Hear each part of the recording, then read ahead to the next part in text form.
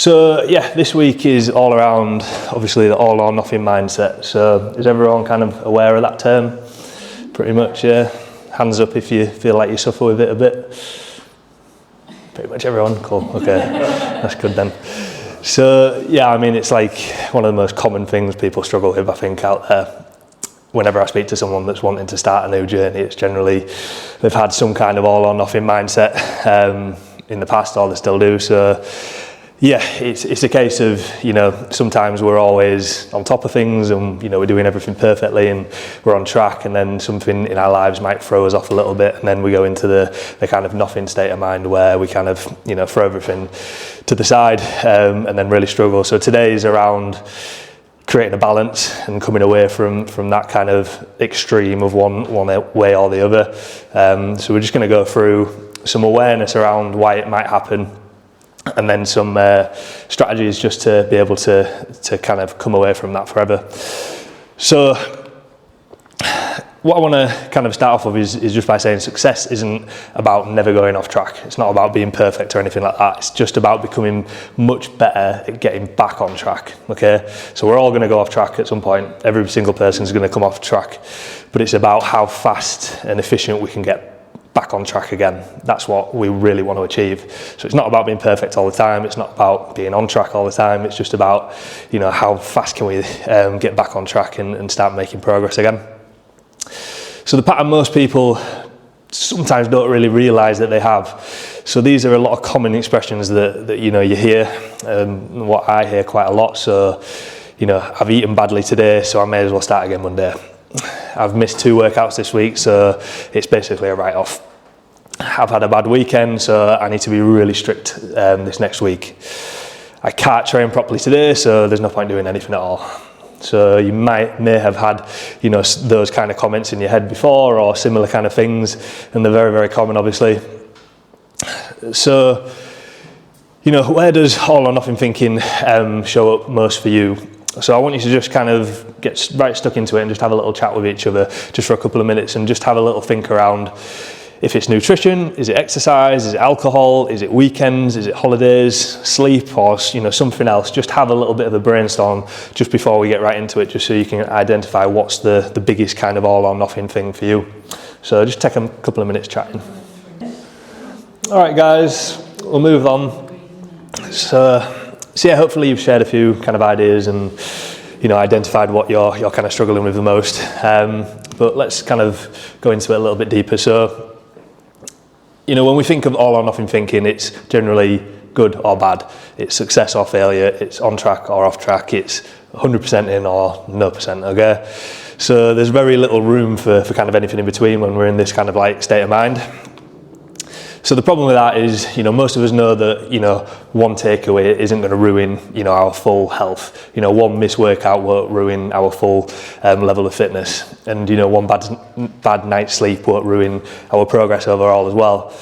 Yet our reaction to these things often cause a lot more damage than the actual thing itself. So that's generally what is the kind of knock-on effect when we have these things. So when we have, a bad meal or a bad sleep, we miss something out of our training or whatever it is, we generally have like a worse reaction to that, and then that creates this knock-on effect and a domino effect of bad decisions after that. So this is kind of how it looks. So one decision can become 10 bad decisions potentially. So for example, you've eaten more than you planned, and then you tell yourself, I've messed it up now. You continue to overeat because of that, and then you tell yourself, well, I'll just start again Monday. So then the whole weekend just becomes a full write-off because of that sequence here. And then Monday you go back into kind of restriction mode because it's Monday, and then just trying to be perfect again. So has anyone kind of had that before, out of interest? Yeah, a few nodding heads. So it's so common, it's so common that people kind of fall into this trap. And this is basically what happens. So we get into this cycle. So we aim for perfection. If we try and be perfect all the time, then as soon as something comes up where we slip up a little bit, then we have this guilt, and this guilt comes onto us, and then therefore we kind of tend to give up because of that, and then we go into this kind of extreme restart again and try to be perfect, and then that perfection eventually just revolves around and then we cycle around it. So this can be, really, really common for a lot of people, where you strive for perfection all the time and then that tiny slip up just puts you into this kind of bad cycle. So that's what we want to try and kind of come away from today, and think of strategies on how to improve it. But first, we need to go into kind of why we do it. So why do we, psychologically go into this? So all or nothing thinking can just feel easier. It's an easier way. So we set clear rules by removing any decision making. So, we say like, no chocolate, I'm just not having any of that. That's easier to say, I'll enjoy chocolate occasionally while managing my overall diet. Does that make sense? So this kind of rigid rule becomes a lot more difficult to maintain in real life. Not for everyone, obviously. Like, some people can say, right, I'm not going to have that and cut it out of my life. Alcohol, for example, and that works for them. So, there's different situations for this. But generally, if we're having too much of a rigid kind of mentality to it, it's going to be so much harder to be able to kind of stick to it. That's why we need like a little bit of flexibility within our kind of choices. So we basically create these perfect versions for ourselves. So, for example, on Monday morning, I'm going to train 4 times a week, 4 times this week. I'm going to hit my 10,000 steps, no alcohol. I'm going to meal prep everything, 8 hours sleep, no takeaways, no snacking, which is great. I'm not going to put anyone down for doing that because it's a great week. But it sounds great, but, until kind of life happens and gets in the way, okay? So real life, it doesn't care about the plan. Work gets busy, you sleep badly, somebody gets ill in your family or yourself, you're invited out for a social occasion, holidays, your kids might need you as well, your motivation just randomly disappears, that can happen. So a routine that kind of only works when life is perfect isn't going to be a very good routine overall. So, okay, it's good to be striving for this most of the time, but if we're only kind of hitting that in our kind of psychology, then it's going to be very, very hard to be able to kind of stick to it. So this is, basically the perfection trap. So, if you've planned to train 4 times and then you've only trained twice, that kind of all or nothing makes you psychologically think that's a bad week. But another way of looking at it is you've completed 50% of your planned training. So you've completed 50% of that. So that's completely better than no percent at all, okay? So, far too often, when we have, maybe not a perfect week, we've only trained twice, but our aim was 4, for example, then we go into this mentality of, oh, that's a bad week, I've failed, I've ruined it. Whereas if we flip that and say, no, actually, I've done 50%, so that's 50%, I was doing better than I was a few months ago, then that's a positive that you can take, okay? And 50% always beats 0%, obviously. So, a 20-minute walk beats no walk. 2 workouts beats no workouts. 1 nutritious meal beats no nutritious meals. 5,000 steps beats 500. Going to bed 30 minutes earlier still matters. So all these things, sometimes we can think it's just completely, worthless if we've potentially knocked out our full target, but it doesn't mean that, we weren't perfect, basically. It still means we've done something better than we might have done previously. So what we need to do is be able to spot our pattern, okay? So when we are in these routines, we need to be able to spot it. So what I want you to do is start a bit of an interactive exercise in your booklets. So on page number 1, there's quite a few questions here, so we'll spend a bit of time on this. I want you to kind of figure out your all or nothing cycle, okay? So what do you try to be perfect with? What normally knocks you off track? What do you tell yourself when it actually happens? What behaviour usually follows after that? And then how long does it take you to get back on track at the moment? Okay, so just spend a bit of time going through that. You can chat to each other if you want. Just have a good think about this because it's really good kind of a reflection piece.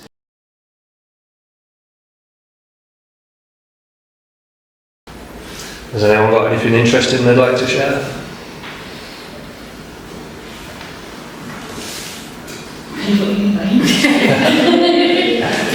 What do you try to be perfect with? So usually I'm quite perfect with getting my steps in daily, during the week anyway. and eating healthily during the week. Again, it's all like during the week, so straight away that's a sign, yeah. A sign. What normally knocks me off is alcohol, during stress related alcohol intake. What I tell myself when it happens is that sometimes it differs, it can spiral or it can remain isolated, and I'll just ramp up my efforts afterwards, so I can compensate by working harder or continue to have a bit of a wobble.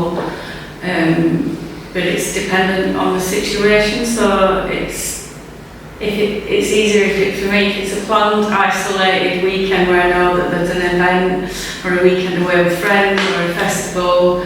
Then it's a lot easier for me to get back on board straight away after that, rather than having a wobble in the week and having a drink in the week just after work and stuff. That's when I find it harder to then that's when it can just become a bit more like, oh, I'll just have a couple of glasses of wine each night for the week. Like nothing, I'm not talking like mega extreme, just like, like, the usual glass of wine after work kind of thing, but try not to do that during the week at all. Yeah. If I hope that makes sense anyway. Yeah. Is that what you want to come away from then, having that cycle of something happening on the weekend and then? Yeah, like it's finding that balance. I want to be able to go away and enjoy weekends and events and stuff. It's probably more about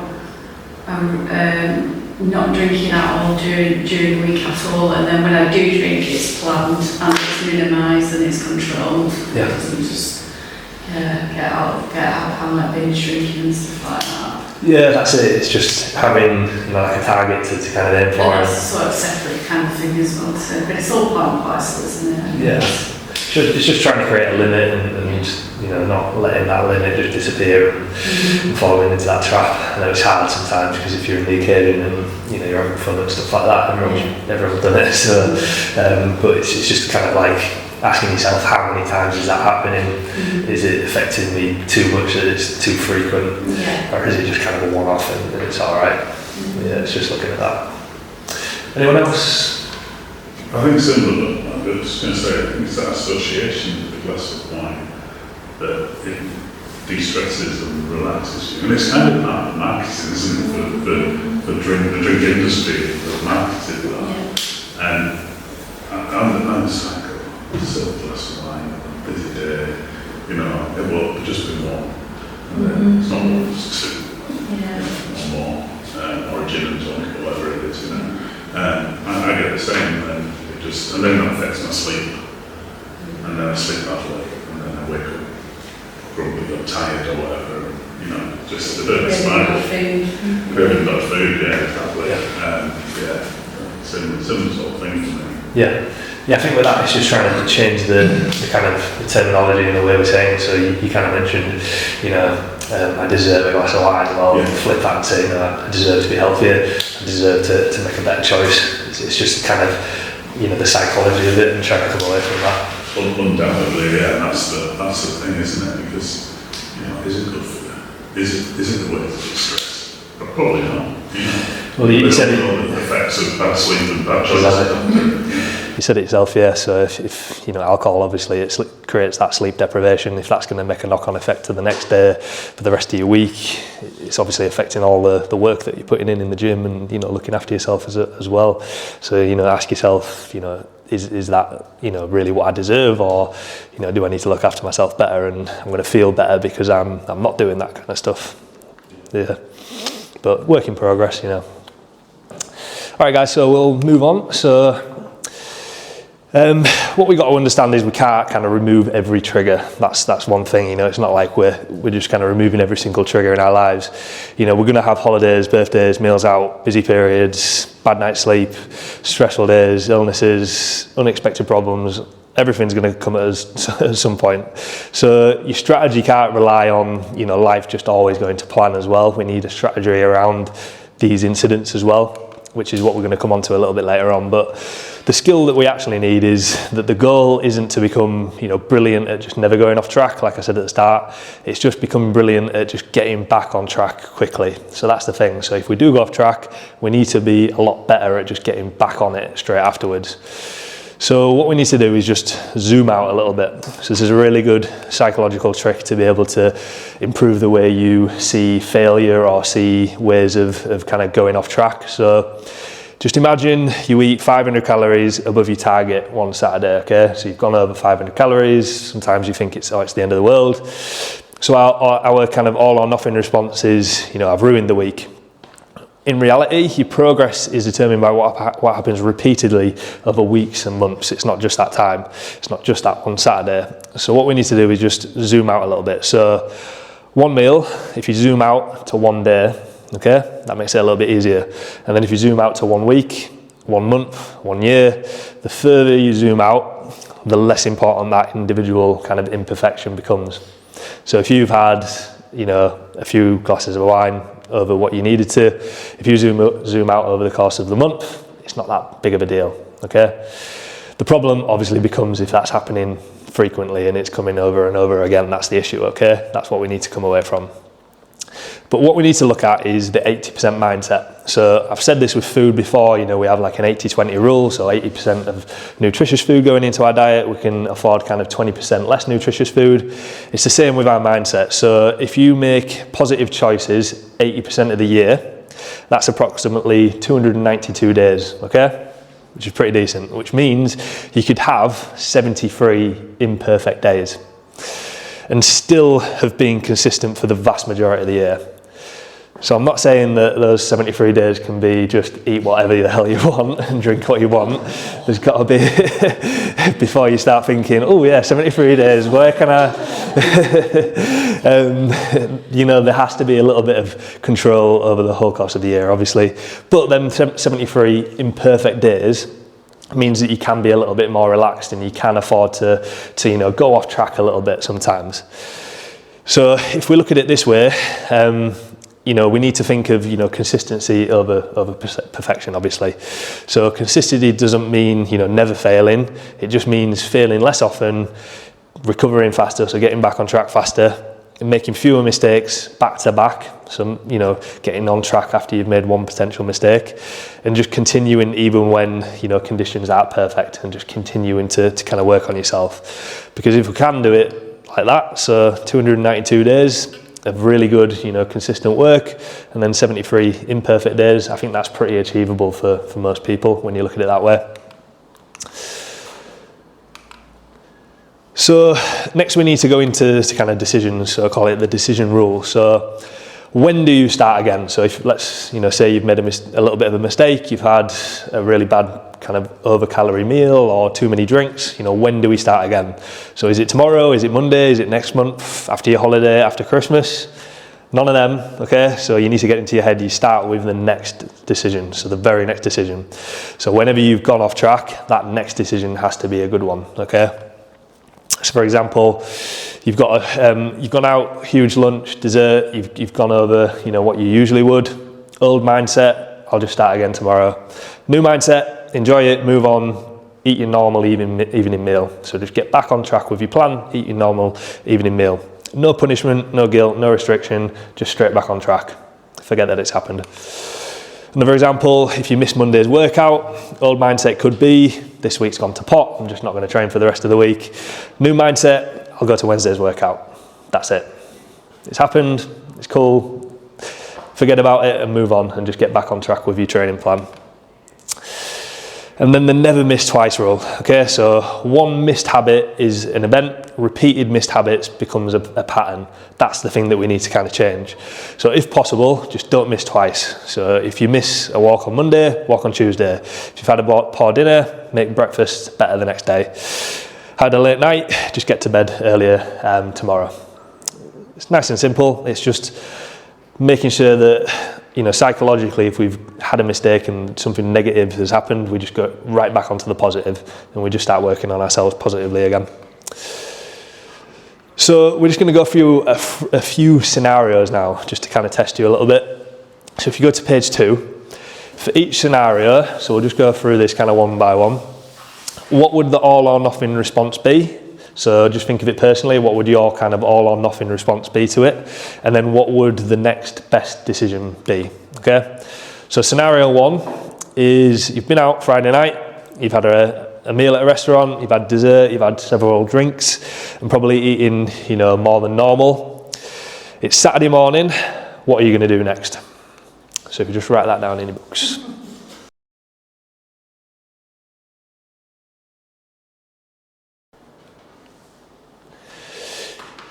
So, scenario two, you've planned to exercise 3 times this week. It's Thursday, you've done nothing yet. You've got a busy weekend ahead. What are you going to do next?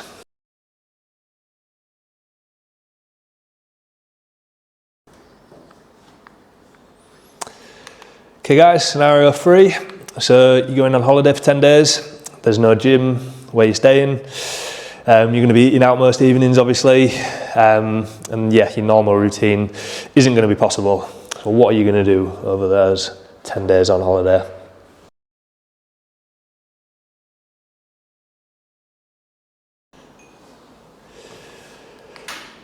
Okay, so that's just a really good exercise for you to just think about how you're actually going to attack certain social situations and occasions. You know, it might not be applicable to everybody. You might have different things going on, obviously. You know, some people might not struggle with holidays or Friday nights or whatever, but it's good just to kind of think about how you would approach it. And then you can actually go off and take that into the kind of social occasions that you do. Because a lot of the times we get to these social occasions and then we just kind of switch off a little bit and we just think, well, I'm going on holiday, so, you know, I don't want to think about it, or it's Friday night, I'm just going to forget. Whereas if we just have a little bit of a strategy around it and, you know, have a bit of control, then it makes it a lot easier, and just writing it down and just having it in our heads makes it a lot easier. So next up, we're going to create a plan that survives, you know, real life. So real life is always going to come up, like I said before. So let's create a plan around that. So our routine needs gears, okay? Your expectations shouldn't be kind of identical every week. Some weeks you're going to be able to push, some weeks you need to adapt, and some weeks, you know, you simply just need to keep going. You just need to get through it. So what we're going to do is create like a traffic light system. So green, amber and red. And these are really good ways to be able to identify what social situations or life events or whatever are in each kind of zone, okay? So let's look at a green week. So life is really, really good. You've got loads of time available, your energy is feeling good, your routine's normal. This is when you aim for your ideal standard, basically, so the perfect week. So 3 to 4 workouts, for example, 10 to 12k steps, nutrition, you know, well controlled, you're sleeping well, you're getting to bed on time. You've got a healthy routine, so everything's really good, yeah? So that's our green week. Amber week. Life's busy, work's a bit stressful, we've got some social commitments, our energy is just a little bit lower because of that as well. So instead of abandoning everything, we just need to reduce the target a little bit. So nice and simple. We aim for 2 workouts, drop the steps, 6 to 8k steps, protein at main meals, manage our portions still, protect our sleep where possible. So it's not a perfect week, it's not our kind of ideal standard, but we've just dropped it down a little bit to be able to stay on track. So we're just not throwing everything out. So obviously these are all numbers that can be adapted to you individually as well. And then we've got red week, so everything's gone wrong. You know, these weeks do come up, unfortunately. So we've got time that's extremely limited, motivation is really low, so we're really struggling. So your goal changes from, you know, progress to just maintenance. We just want to maintain in these busy periods. So it could be just one short workout, you know, just getting yourself out and just keeping something in there. It could be a daily 15-minute walk, you know, just something to get you moving. Protein with 2 meals every day, for example. Fruit and vegetables with 2 meals every day. It's just staying hydrated, trying to just get some water in. Get into bed just when you can, and then just, you know, keeping some kind of connection to your healthy habits. That's the main thing there. If we can just keep some kind of connection, even in the bad weeks, the kind of red weeks, then it enables us to flip right back into potentially amber or green as soon as possible, okay? So just, you know, try and have a little bit of a think of, you know, when you have green, amber, red weeks, and it just might make it a little bit easier to be able to kind of shuffle these numbers around a little bit. So what we obviously never want to do is just let 0 become your default through any period at all, okay? So you don't always need to, you know, do more. Sometimes you simply just need to avoid just doing nothing at all, okay? Because maintaining just a very small behaviour makes returning to your kind of normal routine just a lot easier, okay? So if we just keep the habit alive, it enables us to get back on track faster. So when I said earlier, it's not about staying perfect, it's about how fast we can get back on track. So if we can just keep some habits just alive a little bit, it enables us to flip back into a good way of thinking straight away.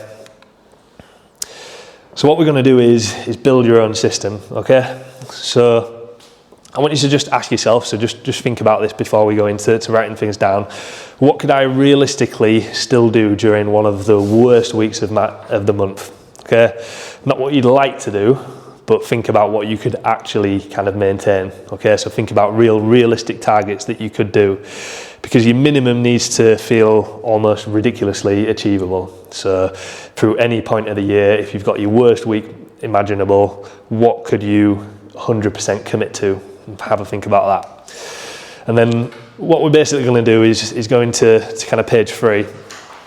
And what I want you to do is just write down your minimum. So think about that, you know, ridiculously achievable target. And I want you to kind of put down your ideal first. So on the one side of the page, put down the ideal target for training, daily movement, nutrition, sleep, alcohol, and then your absolute minimum target, what you should be aiming for.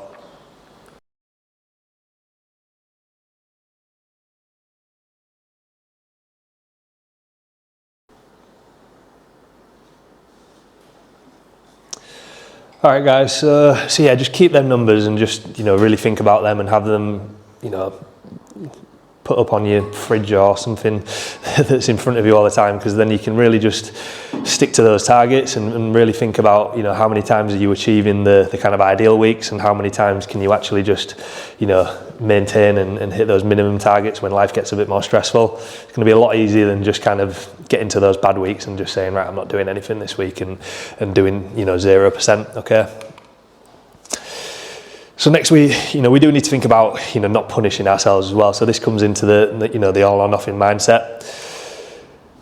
So a lot of the times people can, you know, say these phrases as well. So I ate too much yesterday, so I'll barely eat anything today. So restriction. I drank last night, so I'll just smash loads of cardio today to make up for it. I missed training, so I'll train every day next week. I've gained weight, so I need to massively cut my food. So this just simply creates like another extreme, unfortunately. And whilst, you know, it feels like a positive because we're trying to get back on track, which is obviously a good thing to be doing rather than doing nothing, it just creates that kind of extreme. And this is where we always fall into this all or nothing mindset, because, you know, if things do go wrong and then we just kind of counteract it by doing the other end of the extreme, that's where the problem comes. So what we need to be able to do is to not compensate with that, okay? So normalize it. So if you've overeaten, just eat normally. So just get back to eating normally. You don't need to restrict again.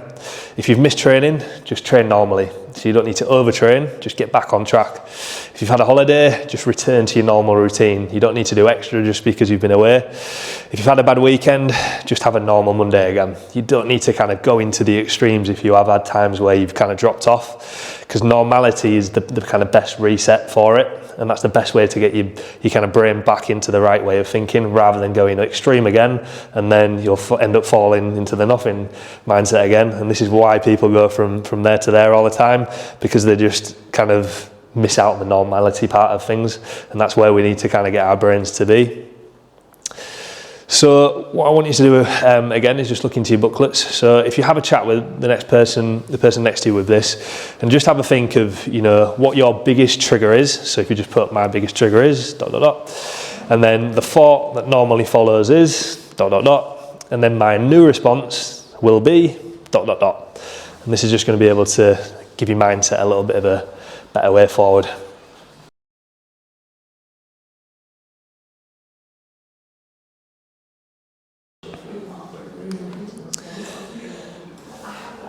All right, guys, and then straight on to the next page. I want you to just continue your plan. So think about your minimum standards again, and I just want you to think when life gets difficult, just write down those minimum standards for training, movement, nutrition, sleep, and then write down the habit I refuse to completely abandon is ... at the bottom.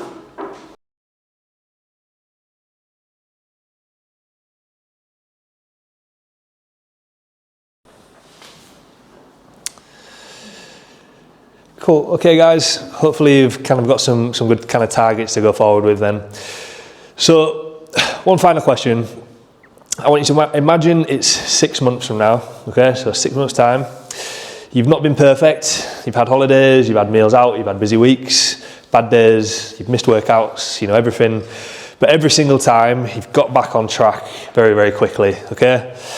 So where would you be? I want you to just think about where you would be in 6 months time if all these things are happening. You know, you've been going through this a long time. You've had all these things that pop up and you go off track all the time. Think about 6 months time that when you actually just get back on track quickly, you know, where are you going to be? So just have a chat with the person next to you.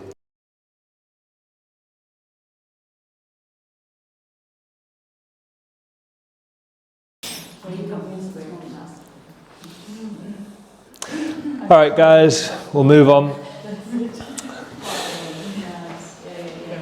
So yeah, I'm hearing some really lovely, you know, goals and targets, and you know, I always say it's so amazing to just envision where you want to be. You know, think far into the future, and you know, really think about where you want to be with your health and fitness, because it doesn't matter if you've got modest goals to stay consistent if you've been doing it a while, or if you're completely new into the journey and you've got a long road ahead. Like, you can do it. Like, if you stay consistent with your training, if you keep working on your habits, and coming to these sessions as well is really important to just keep thinking about the whole thing, then you can definitely get there. It's just working on yourself and just keep turning up and keep trying to make a difference. That's the main thing, and you can definitely get there no matter what goal you have.